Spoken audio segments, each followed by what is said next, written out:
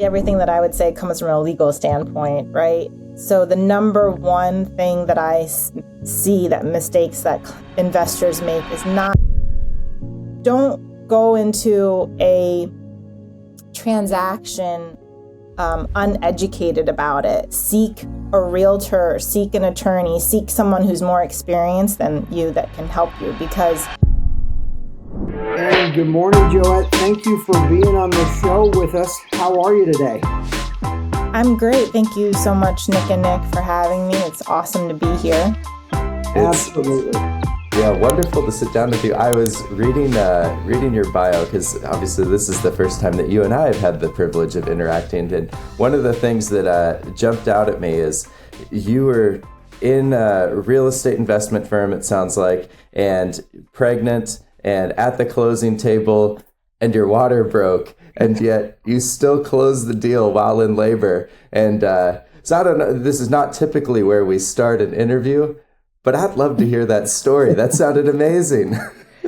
This is true. I am a real estate attorney, and I happened to be at a closing for one of my clients.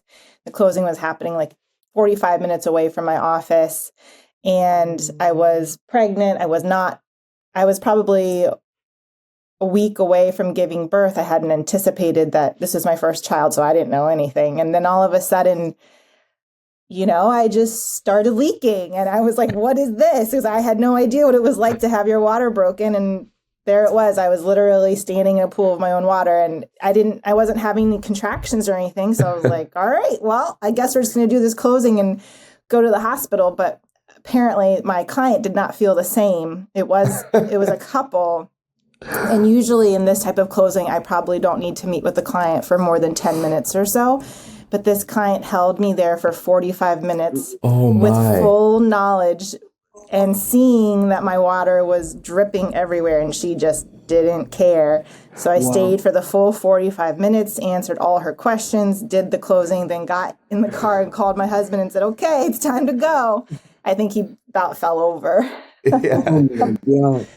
So that's my claim to fame as an attorney. I always tell my clients that your deal will get closed if I'm your attorney. Yeah, that is next level dedication. Yeah, I was thinking that brings a whatever it takes mentality to a whole new level. So nobody else has room for argument.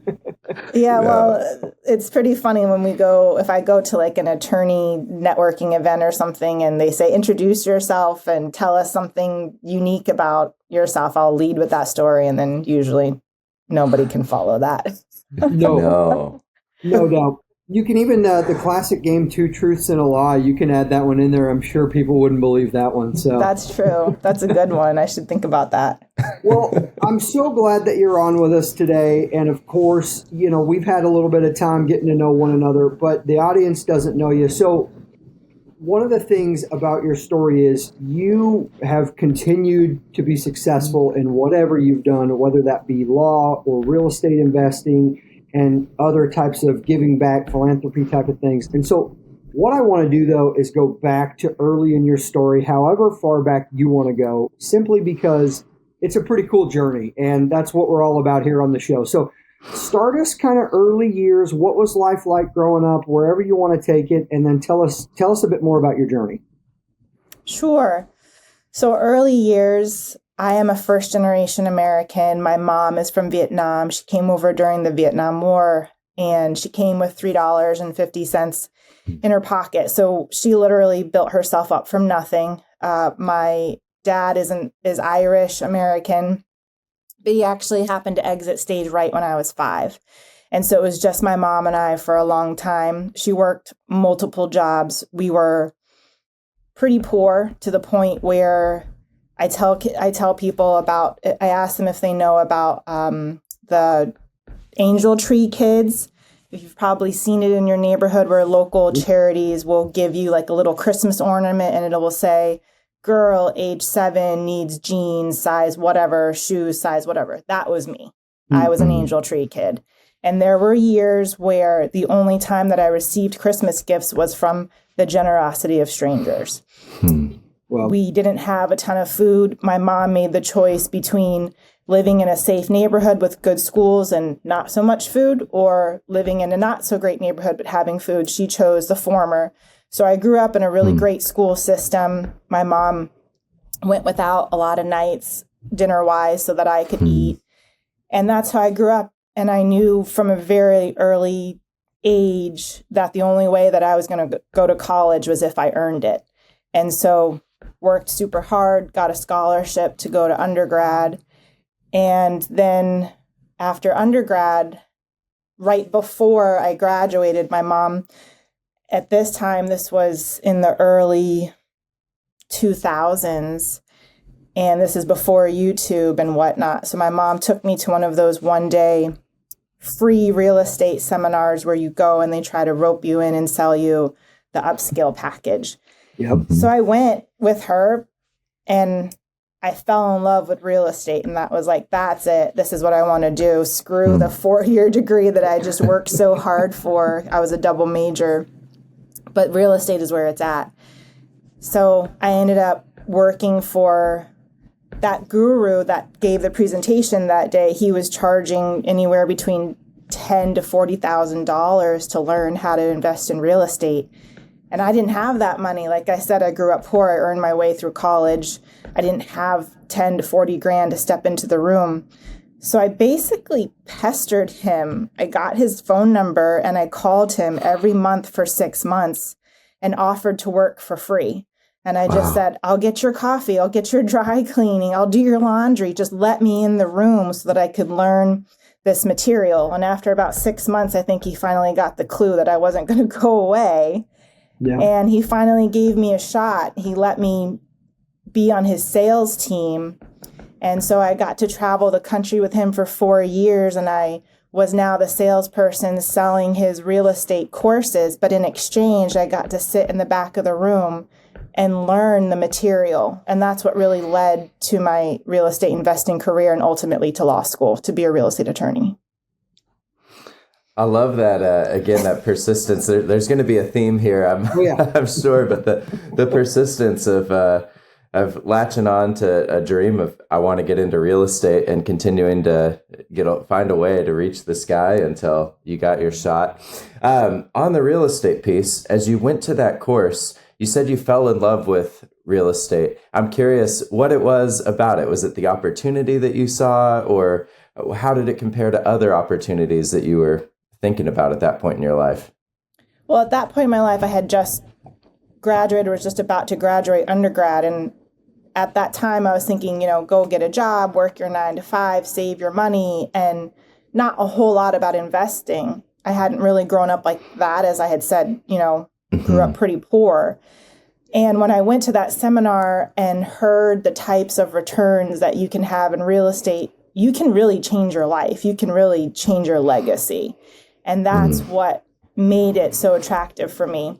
And through that seminar and through that guru, my mom, she kind of started, there are ways to invest in real estate without using, bank money, the traditional way that people think about investing. So she started doing real estate, and it changed our entire lives. And so that's something that for me was just a huge, it meant everything, that you could change your destiny, you could change your life, and you could change the legacy for those that you leave behind.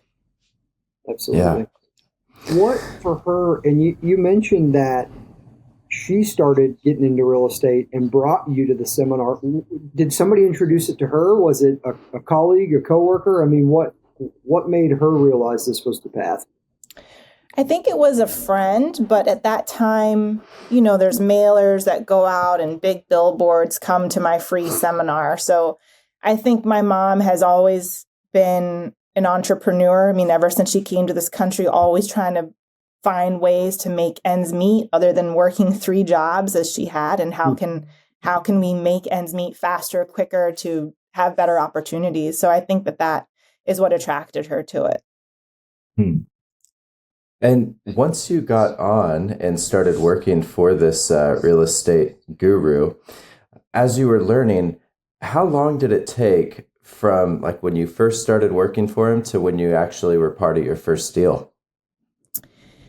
It took So I worked for him for 4 years, and during that time, the 2008 financial crisis happened. So that wasn't the ideal time to get into things. Yeah. And what really came about when I really put into practice was my first year of law school. So to backtrack for a second, the 2008 financial crisis happened while I was working for this guru, and I saw so many investors lose their shirts. They weren't leveraged correctly, or they didn't have the correct asset protection strategies in place. And that, for me, was a real eye opener. And it was like, all right, well, if I'm going to spend my life in real estate, which is what I want to do, I better go to law school and learn how to protect it. So that's what I did. What happened when I got to law school was, at the particular law school that I went to, you weren't allowed to work your first year. You're supposed to concentrate on your studies. But I needed money. And so what I did was I implemented what I learned with the guru. And this part wasn't, the part I'm about to say next is not part of what I learned from the guru. But what I did was I needed money. I couldn't have a job. And student interest rates were pretty cheap while you're in school. So I maxed out my student loans, and I took that money and I went and I bought individual mobile homes, not mobile home parks, but the individual mobile homes that sit in the park. And my boyfriend, who's now my husband, we started fixing and flipping them. So I'd scrub the mold and scrub all the feces in the toilet, and he'd do the demo, and he'd roll out the tar on the roof. And then we would rehab them, paint them, put new carpet in, and then we'd sell them and hold the note, meaning that I financed it. So people were making me monthly payments and slowly paying the mobile homes off. And I used that money to pay for law school. Wow. And then from there, we started upgrading into bigger and better properties, single families, duplexes, all the way up to apartment buildings that we have now. Yeah. It's been a journey. So it's, Oh, I mean, no I'm doubt. condensing, 20 years worth of hard work into just a couple minutes. No doubt. And who, in terms of the ideas of the mobile homes, who came up with the idea? Where did it come from? And maybe did you self-teach yourself to demo and clean and remodel, or was that in your background or wheelhouse, or just creative with doing stuff like that? That was one of the strategies I learned working for the guru. One of the aspects of real estate that they taught in their courses was mobile home park investing and financing.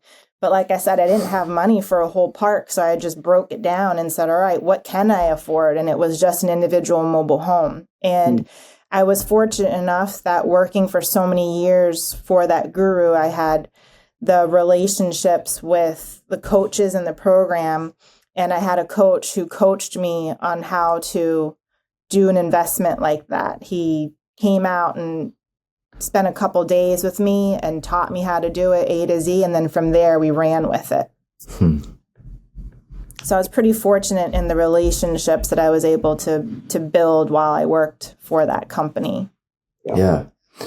And with law school, I mean, I would love to hear more just about, so you're there working with a real estate investment group in '08. You're seeing people, as you said, losing their shirts. I mean, had law school prior to that been something that was on the horizon for you, or did you see an opportunity and just jump at it? And then what was that experience like? I mean, law school is no joke. Law school is no joke till you have kids. If you have kids, you can do law school. Kids are by far way harder than law school. So to go back to your question, go ahead. I was going to say, I'll take your word for it. I mean, I've got 3 kids, and they can certainly be difficult, but I've got mad respect for friends and folks that have gone through law school, because maybe it's just that I don't test well, but I think about passing the bar and all the responsibilities that you have as a lawyer, and that's it's a weighty profession. It is a weighty profession, and there's certainly a lot of liability and responsibility in it. Mm-hmm. I also have 3 kids, and it's the two together. It's a lot. So, yeah. But if you can have kids, you can go to law school. That's awesome. So what was law school like? No, law school had never been in the cards. Like I said, I had always in my mind said, I gotta if I'm going to go to school, I got to earn my way. And so once I started working for this guru, I just thought that I was going to invest forever. But like I said, '08 happened and it was just an eye opener. And I knew that I needed to learn how to best protect what I wanted to build for my future and for future clients that I wanted to work with. So most lawyers go to law school to be a lawyer, and then they just get a job in whatever area of law they find. And then they concentrate in that area of law based upon the job that they get. I was the complete opposite. I knew I loved real estate and I only wanted to be a real estate lawyer. So I looked for law schools that I could afford that also allowed me to concentrate my degree. And so there is a small regional school in Massachusetts that I went to. I was able to earn a scholarship based upon how I performed in undergrad. And that program allowed me to concentrate my law degree in real estate, small business, and estate planning. So that's the 3 areas of law that I offer through my current law firm. Most of my business is in real estate, but then when my investors come to me and they need a will done to protect their children, or they want an LLC set up to do asset protection, I can do all of that for them. And we're going to dive a little bit more into some of the practical for our listeners and for our guest, I think, as we go. But jumping back a little bit more into your story, you went through the mobile home parks, or the mobile homes, and then the parks, and you kind of scaled up. What other asset classes have you hit in real estate investing, and maybe what's one of your favorite that currently, as you've looked back on the different ones you've invested in?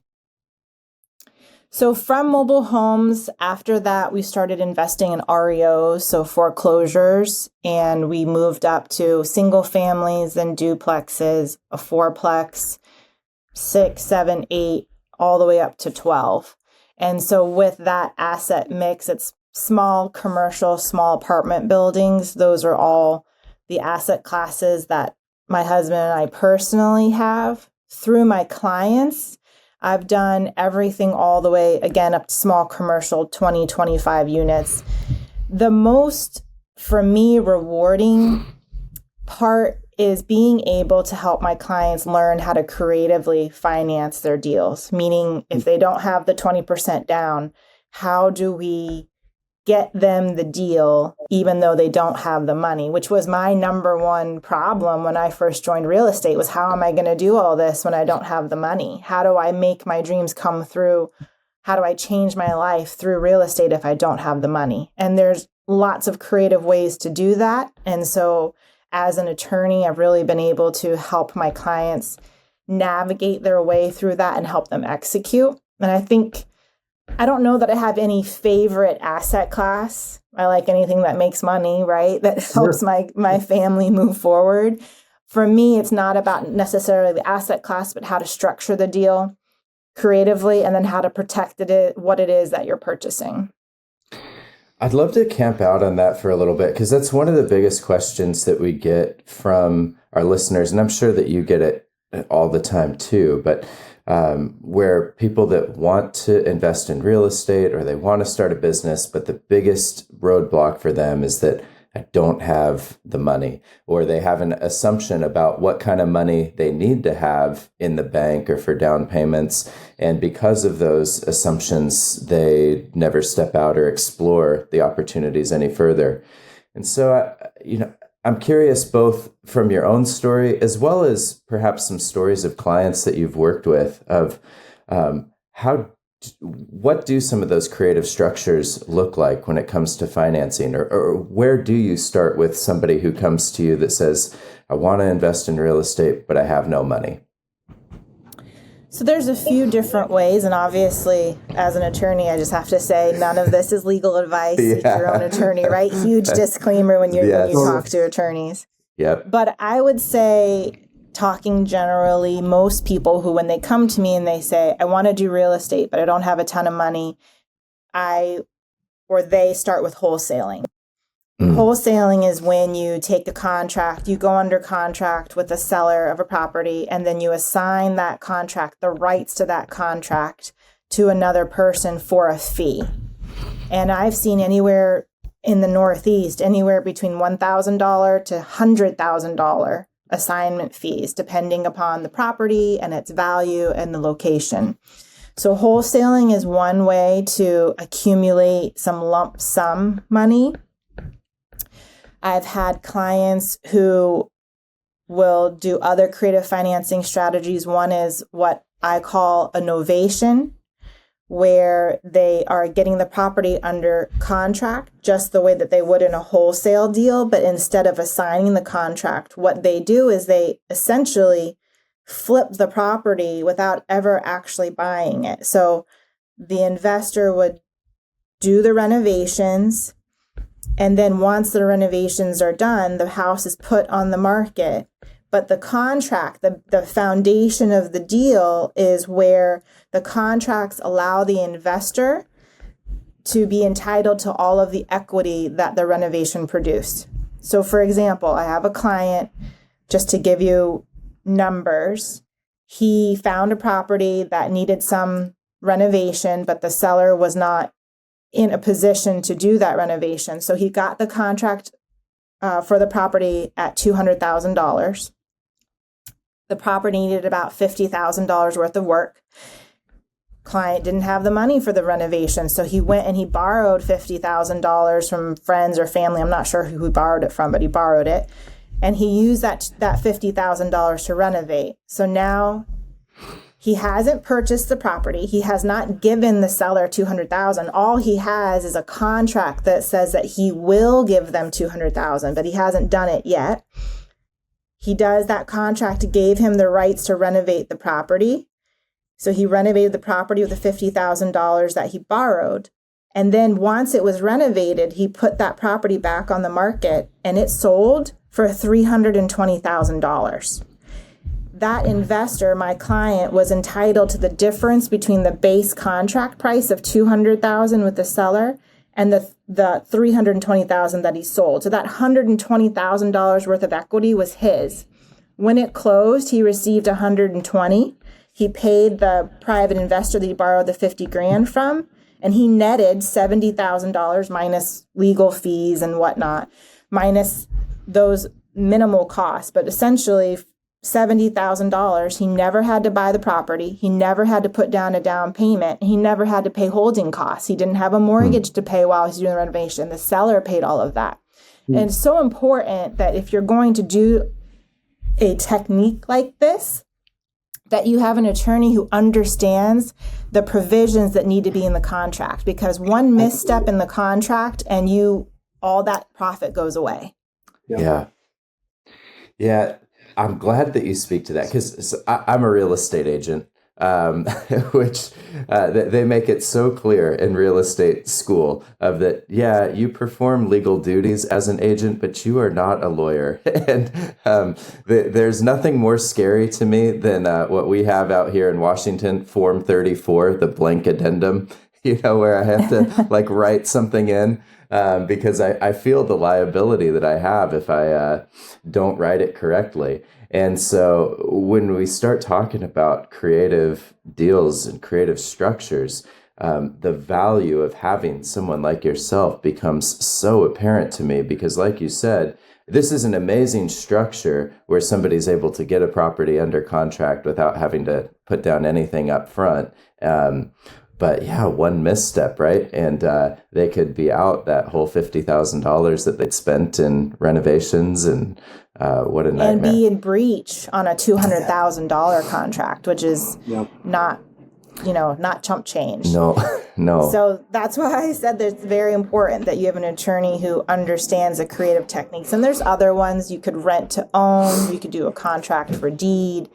All of these phrases that I'm spitting out, someone can Google, and there's tons of YouTube videos on how to do this type of stuff. But before anybody executes it, obviously have an attorney in your corner who understands and can help you with the contracts.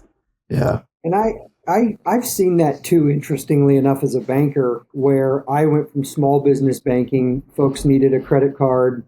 They needed a couple work vans. Now, as I've stepped into commercial banking, we're talking multi-million-dollar properties, multi-million-dollar lines of credit. it just reminds me you're only as good as the people around you, and you want the team in your corner. And so it's easy to watch the videos on YouTube, to listen to the gurus and think you can go take on these complex things. They're incredible opportunities, like you said, and they're worth studying and worth educating yourself on, but you have to have the team around you. Otherwise you can really hurt yourself fast. I would totally agree with that. And I think that was what I saw during the 2008 financial crisis, was that so many investors were leveraging, like you say, home equity lines of credit, pulling off their home to go buy properties that weren't worth what they paid for, or they were using credit cards to finance a down payment on a no-doc loan. Really creative strategies, but also dangerous when not executed correctly. And I would totally agree with that. Even with the creative financing strategies that I help my clients structure now, these are things that take me a lot of time to structure. These are contracts, custom contracts. These are not something that you go on the internet and pull off and try to do, which I've seen a lot of investors try to do. They will decide they want to get into wholesaling, and they'll go on Google and pull some contract off Google and think that works in all 50 states. And it just doesn't. And this is real money. This is real lives that we're talking about. So the investment in an attorney is worth it. I know it's not cheap. I know that not everyone has the most positive view of attorneys, but if you find the right one and they understand what you're doing and they have your best interests at heart, they're worth it. Yeah. Yeah. That's so good. I've spent some time with syndicating attorneys here just as a banker, and it's funny because she has oftentimes categorized two groups of attorneys, and she says, I'm one of the good ones, which is I help people protect their money. And right. So I love that. I love that focus there. Let me shift the conversation just a little. I'm curious, as I'm trying to put myself in the listener's shoes and say, hey, as I'm listening through, your story, inspiration, work really hard, but then the seriousness and the weightiness of money and real estate investing, something that kind of creeps up into my mind is just that fear that prevents people from moving forward. And, through your life, I'm sure there's been moments of fear that have made you pause or stop, but you've seemingly in the story continued to just push through the fear, push through, like, how do I do this? And you just were like, hey, I'm going to find a way and I'm going to make it happen. So maybe speak to fear you felt or whatever you feel comfortable with, but fear that maybe prevents people, and how do you move past some of that? I think there's always fear in whatever area of your life you're in, right? Whether you're just beginning and you haven't done your first deal, or you're on your 100th deal, but now you're maybe moving into a bigger asset class that you haven't done before. So there's always that moment of fear, or that level of fear. So how do I push through it? For me, I draw on my faith. It's a belief that there's something greater for me, that God wants me to have something greater. God wants to bless me. And as a Christian and someone that draws on that, it's the belief that I am able to have that through a God that loves me. But also, it's not just about me. It's about what I want to leave for my 3 children and for my legacy. And so my desire to provide for them is bigger than the fear that I have to move forward. And I think that that's really key, is that you're not going to move forward and you're not going to move past your fear till you have a goal that's bigger than your fear. And the other thing I would say is I try to surround myself with people who are further along than me in their journey. And I'm able to look ahead and say, hey, look at what they've accomplished. If they can have it, why can't I have it? And how did they do it? And what were the obstacles that they overcame? Or what are the things that they encountered that maybe I could avoid in my journey? So I really try to draw on the wisdom of people who are further along than I am. Yeah, and that's both of those pieces are beautiful. The faith piece, the desire to provide for your children being bigger than the that desire being a bigger driving force than the fear that would hold you back. And then we hear it time and time again, just the value of surrounding yourself with people who are further along. I think that that can be unfortunately difficult for a lot of investors and entrepreneurially minded people.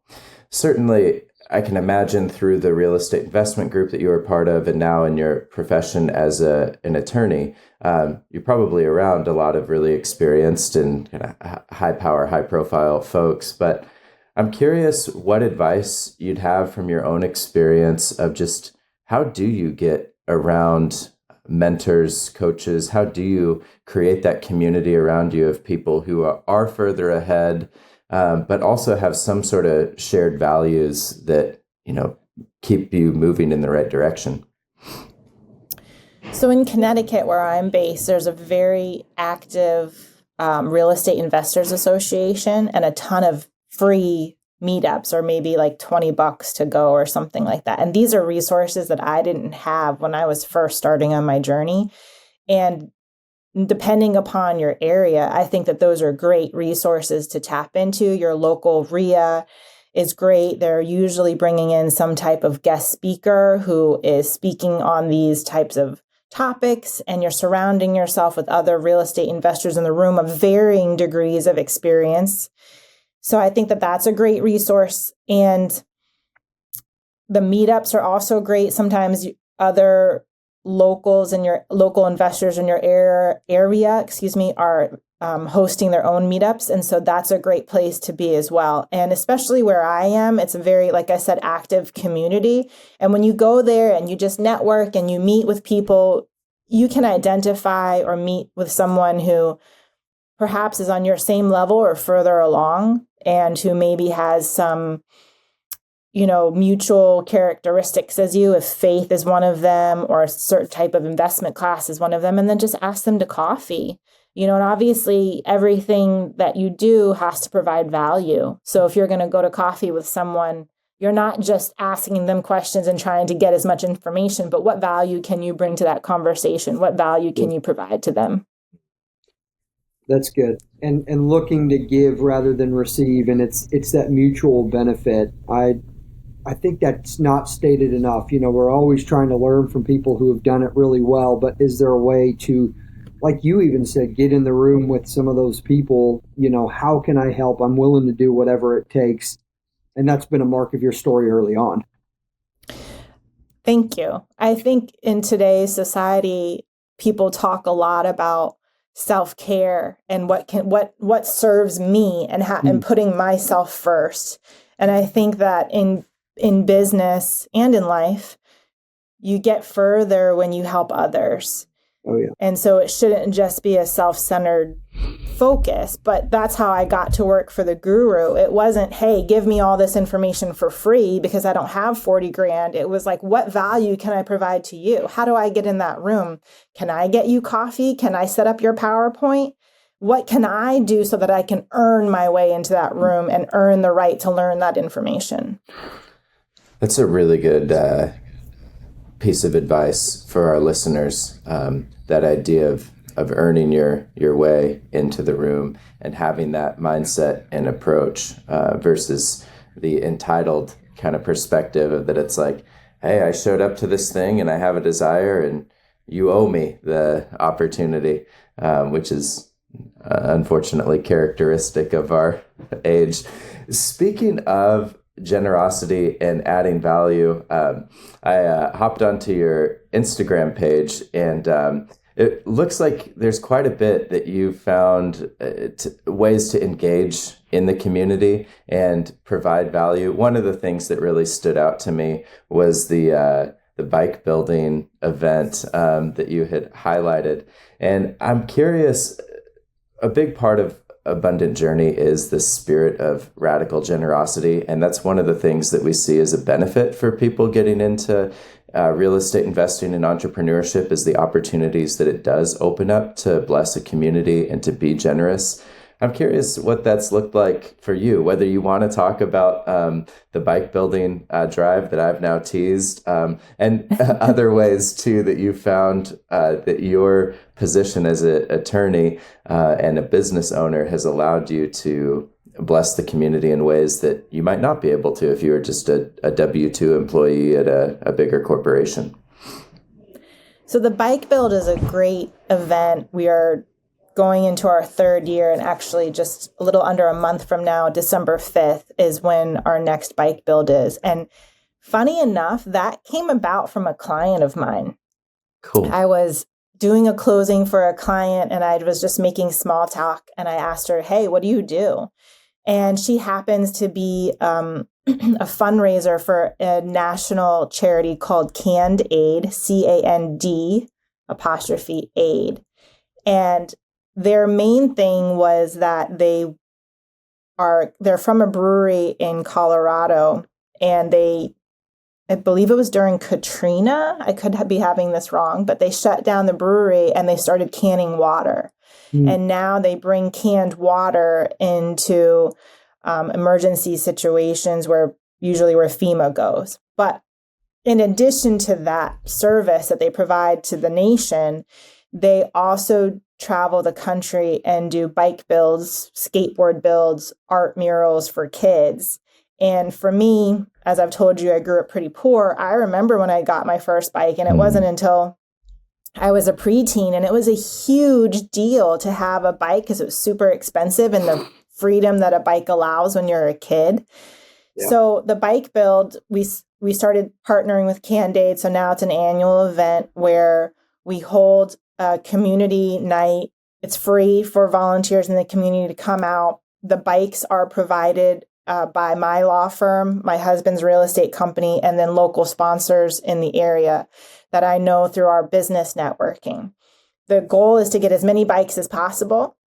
And so the volunteers come at a brewery. This is where we have it, kind of a nudge to their origins. Yeah. And you drink a beer and build a bike. Like I said, free to build the bike. And then the next morning, the school that's picked by the organization is always a Title I school. So I believe it's 85 or 90% of the kids in that school are on free or reduced lunch, which, by the way, that was me when I was a kid.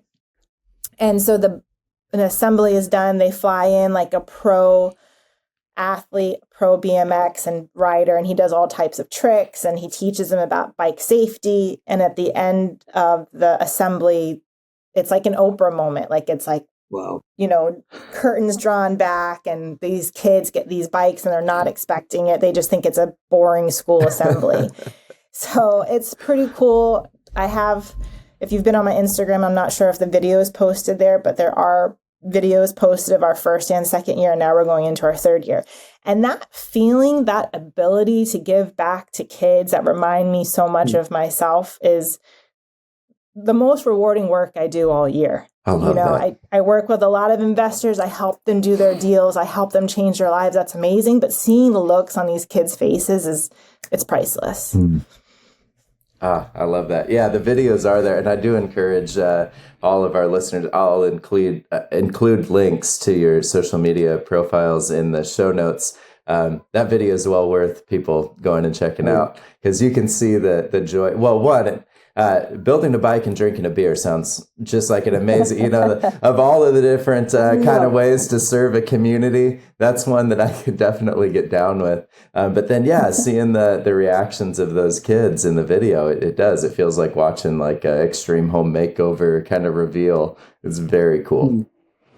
It's amazing. And then just to go back to your question, in 2024, my firm is going to be launching another way to give back, which is as a daughter of a single mom growing up, that's definitely a area or I guess you would say ideal client, ideal person that I'd like to give back to, because it's just weighed on my heart so much growing up that way.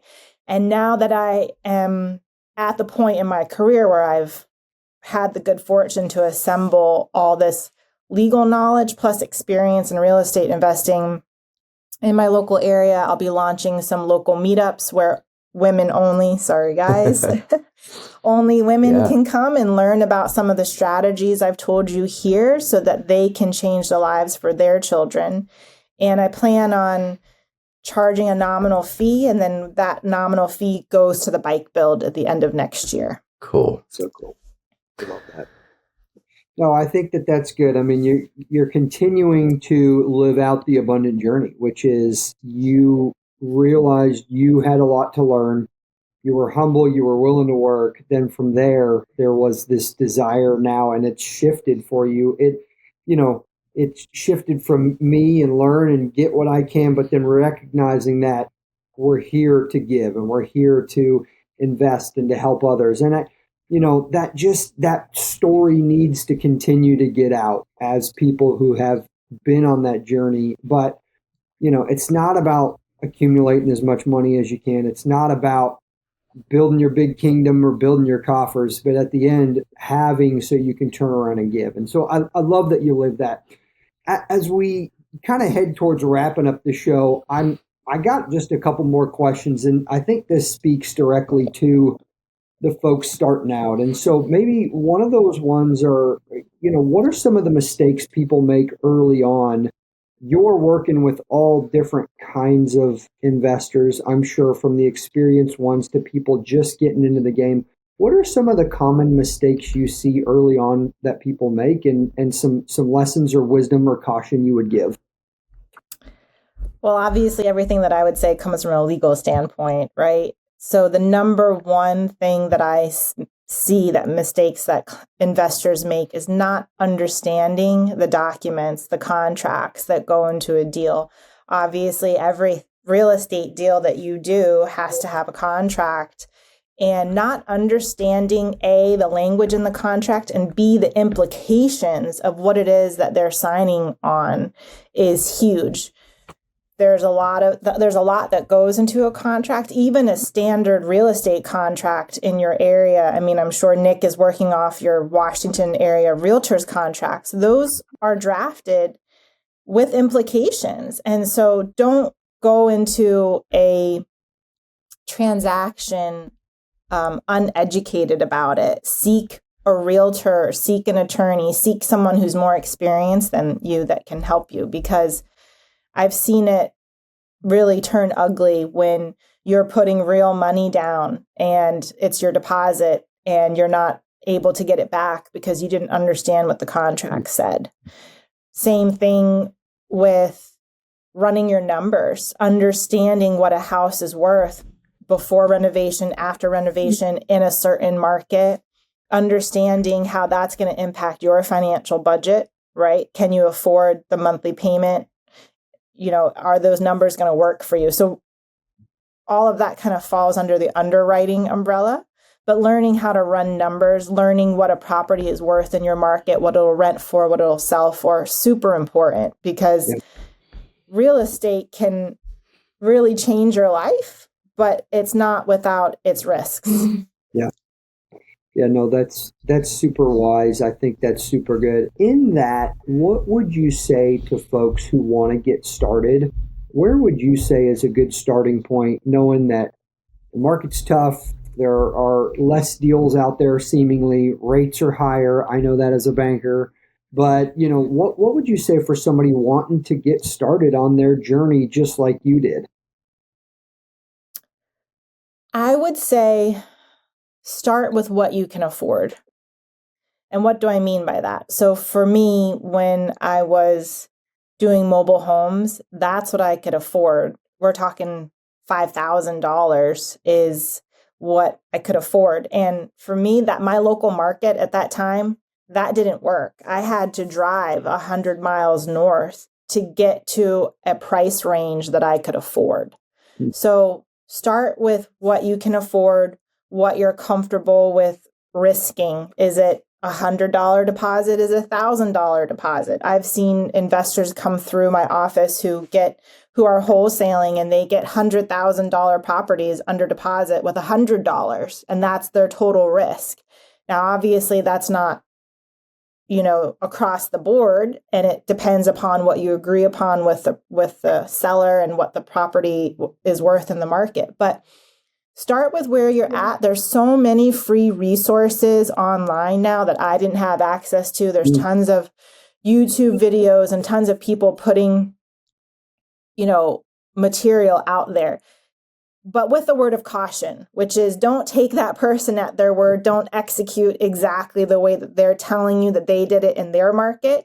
Take the information for what it is, which is general, and then tailor it to your market. Like I said earlier, find a realtor, find an attorney, find an expert at a local CT-RIA meeting or a local meetup that can tell you how it works in your market. So just like Google is not a doctor, Google is not a real estate investor. So make sure you're verifying that information. That's right. And I could certainly speak to like how people should interview a real estate agent or decide on one of them. And I can tell everybody who's in Connecticut or Massachusetts that they should certainly work with you for as a real estate attorney. But for anybody who's outside of the areas that you serve, having a conversation with an attorney is a lot less common than having a conversation with a real estate agent. And so I'm curious what you would say to listeners as far as where they should start with that conversation and what should they expect and how should they find a good real estate attorney? So most of the country, there's only about a dozen states in the U.S. that require an attorney to do a real estate closing. Connecticut and Massachusetts are two of them. The rest of the country, mainly out west and where you guys are, you don't really use attorneys. You use title companies. And True. I would say that in that area, perhaps you ask your title company for a referral as to who's a good real estate attorney in your area. Who do they use? Who do they, seek advice from? That's a good place to start. And then I would ask for referrals, maybe some other investors that you meet in your local RIA, who it is that they're using as their attorneys, and then vet them out. And what do I mean by that? I have had plenty of investors call me and say, hey, what's your experience with this? How many deals have you done with this? And funny enough, most of my referrals come from Facebook. So a lot of investors in Connecticut, at least, they join their local real estate investors Facebook page in their area, and then they just comb through the posts in that group as to who's a good attorney.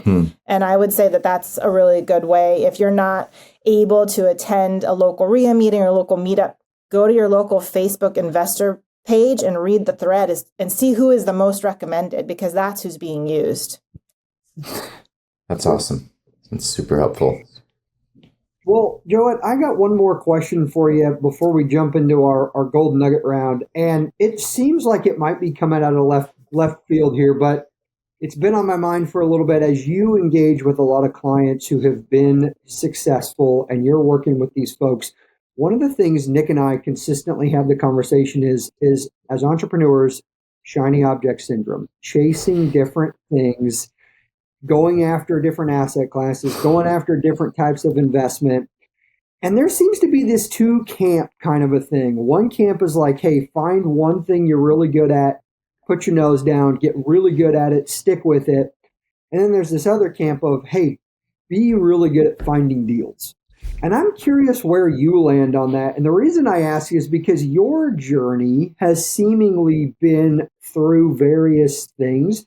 You've just found success. It's been more to me as your habits and your personhood than it is the actual thing you're pursuing. It's more about you. But of course, you're also working with a lot of successful people. So curious where you land on that scale in terms of, hey, I'm going to focus on one thing or, be good at finding deals. What would you speak to that? Well, I would say that I probably didn't present myself well if I seemed like I skipped around, because I started with what I could afford in the area that I knew, which was mobile homes. And I did mobile homes for a couple years until I was able to afford the next asset class. And I've kind of worked my way up through the asset classes as my finances and legal acumen have allowed me. Good. I am in the camp of learn one thing, get really good at it, and then move on to the next thing. And the reason why I think that is because, you know, the phrase jack of all trades, master of none. And so I think that when you are working with, in real estate, working with different asset classes, it demands a different set of knowledge. Residential is completely different than commercial, which is completely different than industrial. And I think that before you get too far down the road, you should start with the basics, which for most people is residential, and do that, right? But if you're not able to afford a house right now, then maybe you start with where I started, individual mobile homes, and also see, like I said, where the creative financing strategies take you. Like if you're not able to afford a mobile home right now, so maybe you do wholesaling, build up the capital, and then you go to mobile homes, or whatever asset class interests you, and also whatever asset class that you like working in, because not everybody wants to be a landlord. Not everybody wants to work with tenants. So maybe they work with office space or just vacant land because that is less people involved. So I think it's more of a pick one niche that fits your personality, your financial situation at that time, and the knowledge that you have, and then work up from there. And as your knowledge increases, then maybe you move to the next asset class. It's good. Yeah, that's really good advice. And I like that as far as just picking a niche that suits who you are, how you're wired, but also fits with, I imagine to some extent, like the need of the area that you're in too. But